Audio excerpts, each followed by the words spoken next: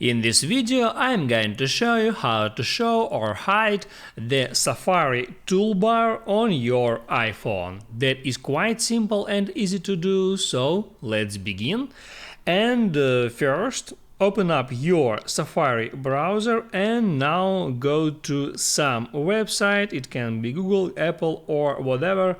And now all you have to do to set up the toolbar is to hit at their letters icon, and here you have to find Hide Toolbar.